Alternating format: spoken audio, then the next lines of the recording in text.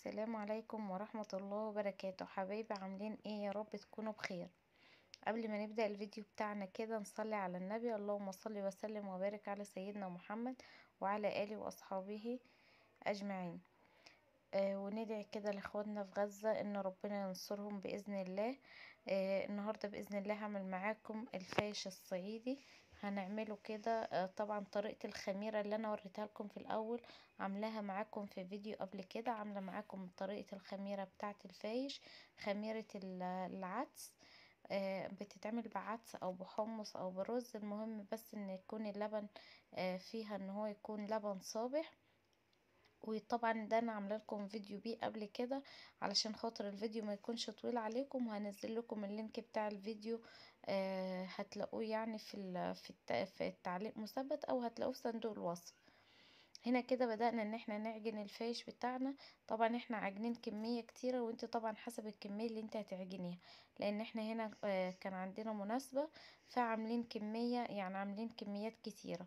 عاملين 2 كيلو سمنة، وحطينا عليهم كيس سكر. طبعا السكر حسب الرغبة، بس طبعا كل ما بيكون مسكر يعني بيبقى فيه طعم حلو ان انت تاكليه كده، او ان انت تغمزيه باللبن او بالشاي، بيبقى ليه طعم كويس. هنا ماما طبعا فضلت ان هي تزود شوية سكر تاني عشان يبقى طعمه ايه، مسكر وحلو كده. يبقى حطينا 2 كيلو سمنة، وحطينا 1.5 كيلو سكر، وحطينا كوبايتين لبن. يعني بتاع كيلو لبن كده، كوبايتين اللي هي الكبيرة كيلو لبن، وزودت شوية مية. وبتبدأ ان هي تدوب الحاجات السايلة كلها مع بعض كده، وتنزل بكمية الدقيق. طبعا كمية الدقيق انا مش قادرة اقول لكم هو كام كيلو دقيق بالظبط، لان هي كانت كمية كتيرة زي ما قلت لكم، فاحنا ما كانش بتوزن، يعني هو كان بالويم كده. فانت ليك ان انت تقدري بقى تحددي الكمية اللي انت هتعمليها قد ايه. ومعانا خميرة بيرة وبيكنج باودر. برضو في الفاش الصعيدي ممكن ان انتي تحطي لبن نيدو، برضو بيديله تيست عالي. هنا الخميرة كانت مختمرة، واهم حاجة في خميرة اللبن ان هي ما تاخدش هوا منك خالص. يعني بصوا هي بتحطها في قلب الدقيق وبتغطي عليها بالدقيق علشان ما تاخدش لفحة هوا، او ان انتي ما تفشيش خمرها فاللي هو تموت منك. هي اسمها ان هي تموت، يعني حاجة زي ما تكون حياتها تموت، مش هتقوم العجين معاكي ولا هيختمر. خلاص كده هو هيبقى مهما هتستني ان هو يختمر مش هيختمر. لازم ان انت تتعاملي معاها بحرص جدا جدا جدا. طبعا أنا مش هقول لكم تاني ان طريقة الخميرة انا عاملاها معاكم في فيديو قبل كده، لان هي بتاخد وقت في عملها، يعني بنبيتها يوم وممكن تطلع وممكن ما تطلعش، فهي ليها فيديو لوحديها انا كنت عاملاها معاكم قبل كده. خميرة اللبن. هنا بنبدأ تعجن العجين كويس جدا، ودخلت الخميرة في الدقيق في المواد السائلة اللي هي حطتها. وبعد كده بتبدأ تلم العجين زي ما انتوا شايفين، وبتخلي ملمس العجين اللي هي عجين ناشف ولا هو طري او اللي هي سايحة قوي، علشان خاطر تبقى الفايش يبقى هشش كده وحلو. انا مبخليش العجينة متكبسة، بخلي العجينة طرية معايا كده زي عجينة القرص بالظبط. وبعد كده بتبدأ تختم العجين، بتزوده شوية زيت علشان خاطر تلم بيه العجين، وتشوفوا الملمس اللي انتوا هتشوفوه في الاخر، الشكل اللي انتوا هتشوفوه في الاخر كده. تبدأ تدخل فيه كمية الزيت، برضو كمية الزيت مش محدودة، حسب ما تلاقي العجينة لمت معاكي وبدأت ان هي ما تبقاش لازقة في الجناب وما تبقاش لازقة، وتبقى عجينة لينة معاكي كده. بس اهم حاجة في الفايش يا جماعة الخدمة، لازم تخدميه كويس، تخدميه بمكوناته، وكمان تخدميه في العجين بتاعه. يعني لازم تعجنيه كويس قوي، تخدميه وانت بتعجنيه، وتخدميه في المكونات. اهم حاجة برضو، حاجة بحب ان انا انوهك عليها، الخميرة. الخميرة مش معنى ان هي اختمرت معاكي وقامت معاكي وبعد ما بتخمريها في الحلة زي ما شفتوا كده ان هي كده خلاص لما تحطها في المنجور هتبقى ناجحة. لا، اهم حاجة اهم حاجة ان هي ما تاخدش منك لفحة هوا. يعني ما تستهوش منك زي البيبي الصغير كده، اللي هو ما يستهوش منك عشان ما ياخدش منك برد. مش هتقوم ومش هتختمر معاكي، هتحس ان العجين هيختمر، لا مش هتختمر معاكي. طبعا الايدين دي ساعدتني كتير قبل كده، انتوا عارفينها طبعا. حماتي هنا طبعا كانت منوراني في الفيديو ده.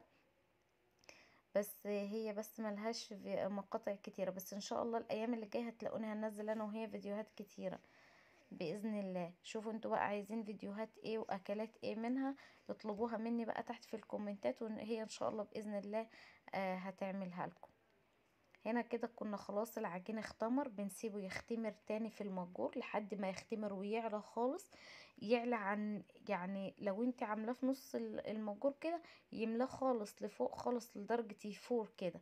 وبعد كده تبدأ ان انت تقطعي. برضه هقولك على حاجة تاني، ما تقطعيش الفيشاية تكون صغيرة او ممصوصة كده، لان هي هتطلع الصغيرة دي بتطلع رفنعة كده ممصوصة زي ما بنقول عليها، يعني رفيعة كده. لكن لما تدي للفيشاية حجمها كده، لما بتختمر بتنفش بقى وبتاخد مسام واسعة كده، وبتبقى الفيشاية هشة كده وبتبقى جميلة. هنا طبعا ما ينفعش ان انا اعدي عليكم من غير ما تاخدوا جولة طبعا عند الشمام بتاع بابا طبعا، وفي الزرعة الجميلة دي. وكانت معايا حماتي وقالت لي قعدت بقى تحكي لي على ايام زمان وايام ما كانوا بيزرعوا الشمام وكده. فطبعا دي كانت زرعة بابا البسيطة كده، فاحنا كنا ايه بنختار منها، بنشوف حاجة كده مستوية علشان خاطر ناكلها. طبعا هو كان شايل لنا نصيبنا طبعا عقبال ما احنا رحنا عنده الزيارة، مرضيش يقطع الشوية دول الا لما احنا نروح عنده. هنا طبعا دي البركة بتاعة السمك. وانا عملت لكم جولة قبل كده في المكان ده برضو، لو حابين ان انتوا تشوفوه ليه فيديو هنزله لكم، هبقى اسيبه لكم في صندوق الوصف. هنا رجعنا تاني للخبيز بعد ما اتمشيت شوية كده بالموبايل. كنا بدأنا بقى نجهز الفرن البلدي اللي هي الطابونة بقى، لان احنا هنخبز عليها الشريك او الفاش النهاردة. بدأنا نجهزها اللي هو نعبيها ونولع فيها النار علشان عقبال ما تسخن وكده يكون الفايش اختمر، ونبدأ ان احنا نرميه فيها.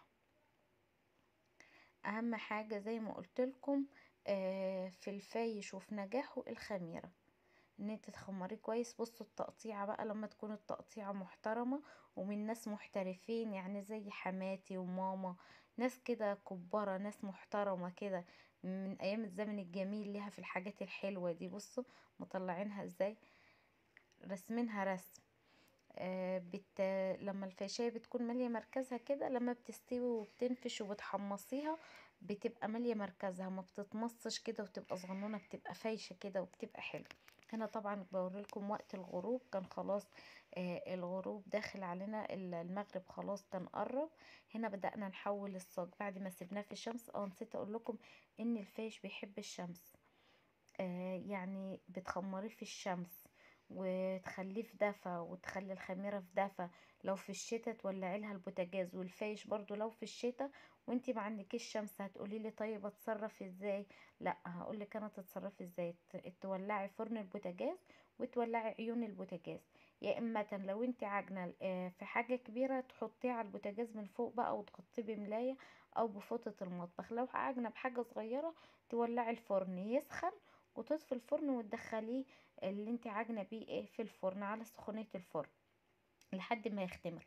والصاج بعد ما تقطعيه ترصيه كده وتروحي برضو مغطياه علشان خاطر ياخد سخونية ايه يبقى دافي، يعني ما يبردش. تطبقيه كده جنب بعض وتروحي مغطيه علشان ما يبردش. اما بقى لو عندك شمس زينا كده، اللهم بارك اللهم بارك، وربنا مديكي واسع زي اللي عندنا كده، فطبعا مش هتغلبي في موضوع التخمير. انا بقول الحلول دي لحبايب الحلوين اللي ما عندهمش الامكانيات الشمس والوسع كده، اللي هتعمل في مطبخها واللي هتخبز على البوتاجاز بتاعها. بديكي كل الحلول علشان تقدري ان انت تعملي الحاجة من غير ما تبقى فيها حاجة يبقى فيها تعقيد وكده. طبعا هنا في الفرن ده بندخله على مرحلتين. اول مرحلة بياخد وش من فوق، وبعد كده بيطلع نقلبه وندخله تاني القعر ياخد وش. بس طبعا هو كده على نار هادية بيبقى نجد، بيبقى استوى. فهي بتدخله بس علشان خاطر لونه يعني ياخد وش ويبقى لونه احمر. شايفين؟ بصوا بقول لكم، بصوا هاشش عامل يعني عجينة قطنية قطنية، هشة جدا جدا جدا. ده لما بيتحمص بقى وياخد التحميصة المحترمة، مجرد ما بتمسكيه كده بيدوب دوب. بنبدأ بعد كده بقى بعد ما بندخله الفرن مرتين، مرة ان هو ياخد الوش، والمرة التانية بتدخله تحمر القعر، بتطلعه بقى. نبدأ احنا بقى نقطعه كده زي ما انتوا شايفين لحد لما نرصه على جنب، وبعد كده تدخله الفرن يتحمص. وكده الفيديو بتاعنا خلص. ما تنسوش لايك